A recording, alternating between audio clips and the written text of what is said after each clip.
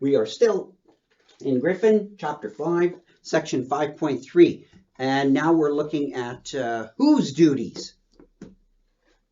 And so remember from our previous video on, what duties are involved in the notion of rights, I went through and talked about a function, and we can start plugging in various things for the argument, like the cost. And then we can start getting a more fine-grained, but ultimately it's not going to be perfect answer to or perfectly agreed on. There's going to be some rough and disagreed upon respects to the final answer that we want to give. But as Aristotle said, it's ethics, not math. To the question of what are the costs that you should bear, and what are the costs that you should not be asked to bear in order to fulfill, respecting a right. So there are going to be some costs that, provisos. There are conditions under which you don't have to respect that right. And by not respecting it, you're actually absolved of respecting it. You don't have a duty anymore. And the duty just evaporates under certain conditions, but it's there under other conditions. So how much should you pay? So, and you can see this was our function. Or in a more positive way, X must do SSS to preserve Y's health conditions for Y's normative agency. So that's a more kind of Griffin sort of formulation of it in a positive way. And Griffin, of course, is all about normative agency. Remember, that's the whole articulation of the intention of the notion of a human right. It's about these, protecting human agency and this normative agency to project and evaluate possibilities for desirable lives.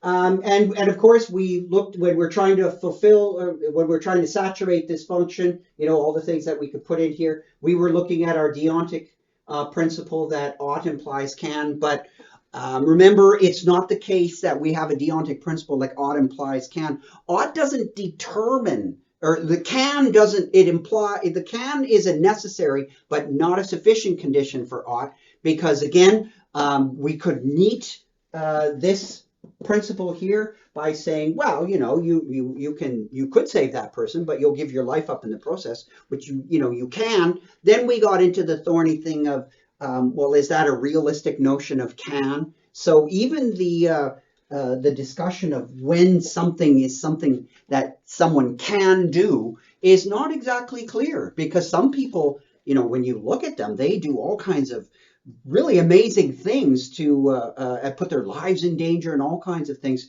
to, let's say, try and respect the human rights of others. But not everybody can do that to the same level. So it's not entirely clear what even the meaning of can will be when we talk about humans in general. So again, you can get a little bit better at refining these things, but you're still doing ethics, and so it still has that natural kind of gray area to it.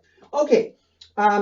Now, in the previous discussion, we were largely thinking about X and Y, not really as pure pure arguments that you could sub things in like this one. We were thinking of X and Y pretty well as normative agents. Okay, let's continue that partially. That is, we will still think about this as an argument in the sense of that it can take on certain values, right? Like the costs, right? So I'm using argument in a mathematical sense, or not in a philosophical sense, that this is a sort of a variable. And we're going to now think of this one in not as an individual, right? But we're going to think of it now as ranging over perhaps institutions. Now, why would we do that?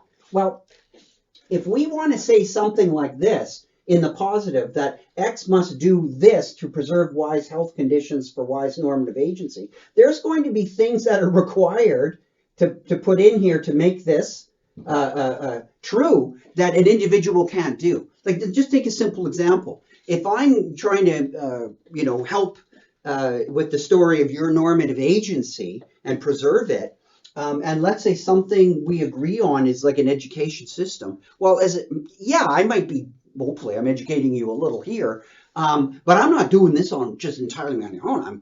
I'm just a cog in the giant university apparatus, right? Which is in turn fed by taxpayers and tuition and blah blah blah, etc. So it's a big system that I'm part of. I'm not running a university on my own. So when we start to, and think about, if I had to play a role in your healthcare, well, I can't run a hospital. I can't build and run a hospital by myself. So we are in the land of when we start talking about more broader notions of what right to life and right to a normative agency's existence would look like.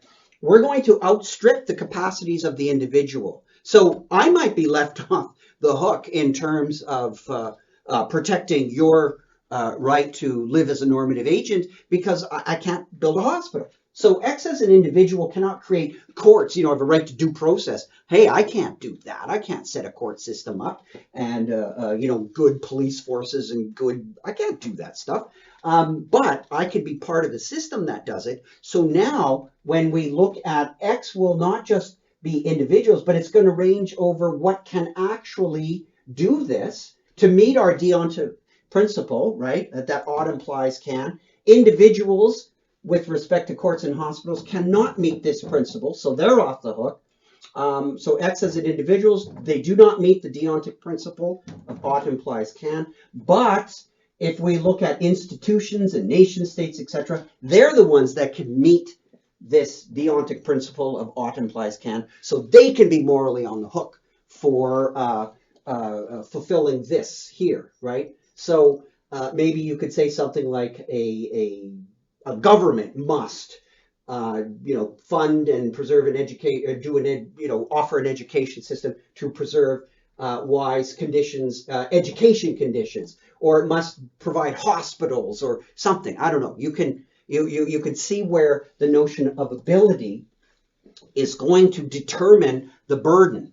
And so Griffin does, as Griffin does, he looks at a little bit of history and says, where was the burden of providing this? Well, maybe in certain contexts, maybe before there were large nation states, when people lived in smaller communities and like really small communities, whatever had the ability to do this would shift, right? So maybe in terms of, like if you go back in ancient Greece, they didn't really have an education system. Parents largely were responsible for teaching their kids. And that's why there was people were deeply suspicious of the sophists and philosophers coming into teaching kids, because usually that was regarded as the responsibility of the parent. So if I'm a parent and I have a child and let's say, I don't know, my job is I fix chariot wheels or something. My task of sort of a burden or an obligation of me as a parent would be to teach my child that skill so that the child could have a skill that they could use and then go fix chariot wheels. And so I'm kind of protecting the Greeks didn't talk about rights, but you get the idea that the burden of it would kind of fall to me on this thinking as an individual or as a parent. But as we expanded and rethought the notion of education, as it got bigger and more complicated, one person couldn't do it, right? So then you've got you need a math teacher, you need a science teacher, et cetera, et cetera. So now it's groups of individuals. So the ability meant that the burden or the obligation would shift.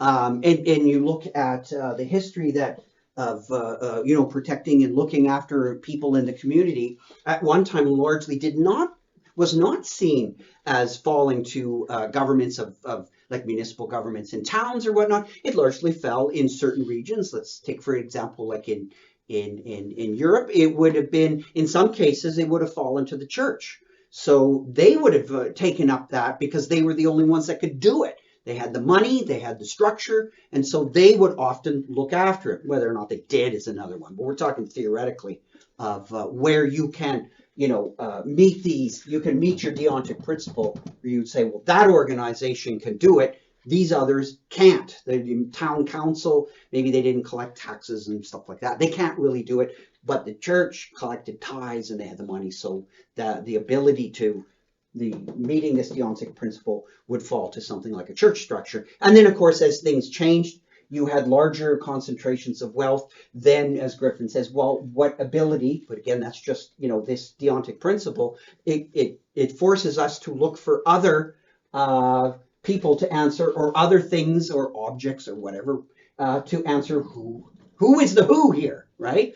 And in that case, you can think about, as this gets more and more complicated, if you think of this deontic principle as governing your thinking, it gets even more complicated, because think about things like large-scale diseases, right? That you might say, okay, well, who has the ability to handle that stuff? Well, we've seen throughout history and in our time as well, that you're going to need large concentrations of wealth in order to preserve health conditions, right? And some, you have governments, but this now large constant. This is not all of them. This is only some can do it. Right? So Griffin says this now is applying this deontic principle and thinking about things in terms of ability and looking at this function. You can make arguments to say, well, that governments not only may have to do it for their own citizens, but wealthier governments have an obligation for citizens that are not in their own jurisdiction. So one country that has the resources and can meet this deontic principle, whereas maybe a local government can't, right? And maybe a neighboring nation state can. Deontic principle might say that, as we've been hearing, you've got a moral argument to say that wealthier nations have it's not just charity, it's a moral obligation to help other nations when it comes to the citizens of these other nations, because their governments can't meet this deontic principle, right? So they don't really, it's not that they're completely left off, but they can't meet it, they can't do it, and the ones that can. So this changes over time, right? So this is all part of, Griffin saying, if we want to get clear of on whose duties, we're going to have to look at it from a principled perspective, and this could change, and it has to be contextualized. This is, again, all part of what we've seen Griffin say earlier, in that there's going to have to be a lot of common sense thinking and a lot looking at the facts of situations, and as we saw earlier, it's a strong empirical turn, like a turn towards looking at facts on the ground and asking how they play a role in this. So whose duties? Well, it's going to depend on the ability. So it's not just a general answer.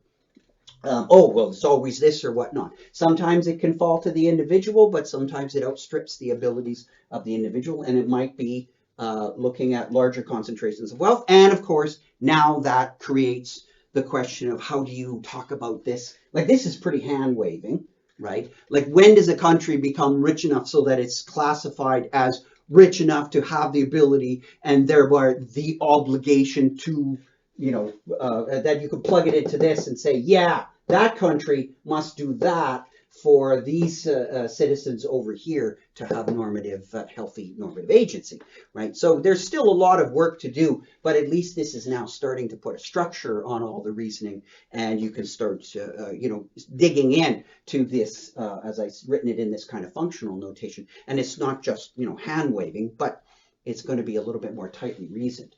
But again, it's ethics. You're not going to get a perfect answer that everyone's just going to agree or something self-evident. It's not math. Now, earlier when I was talking in section 5.1, I mentioned that we were talking primarily of a distinction, one part of a distinction that Griffin makes, and he makes it more explicitly here, of primary and secondary duties. This is not a hard and fast distinction. We were talking mostly about primary, where the content of a right is the content of the corresponding duty, right? So we were largely discussing this, which is a primary duty, right? So that's when you're corresponding directly to the content of a right.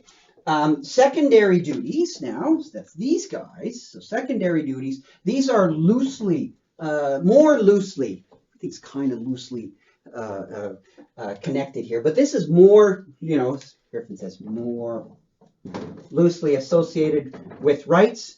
This is, secondary duties are, the promotion of the right. And again, you could promote different rights through the same vehicle of promotion. So it's not, the content might not be exactly the same. And the monitoring You could monitor different rights with different content all at the same time. So there's a duty to monitor, but it's not as directly connected with the content. It's more just the idea of the right. So a duty to monitor, to ensure compliance. You could be, in the job of ensuring compliance of a variety of shall we say, individuals or institutions that have an obligation, and your job is to make sure they meet those and fulfill and discharge those obligations.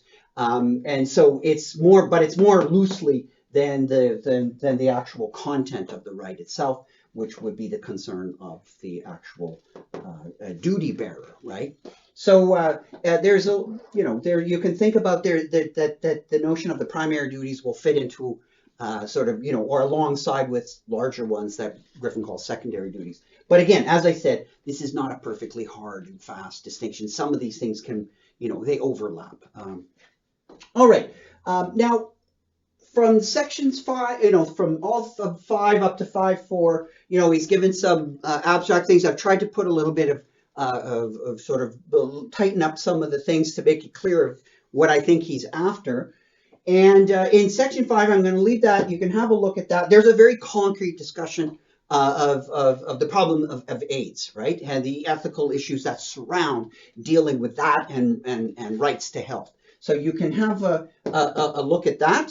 And then once you do that, come back and join me, and we're going to look at a little more detail about rights and rights bearers. So see you next video.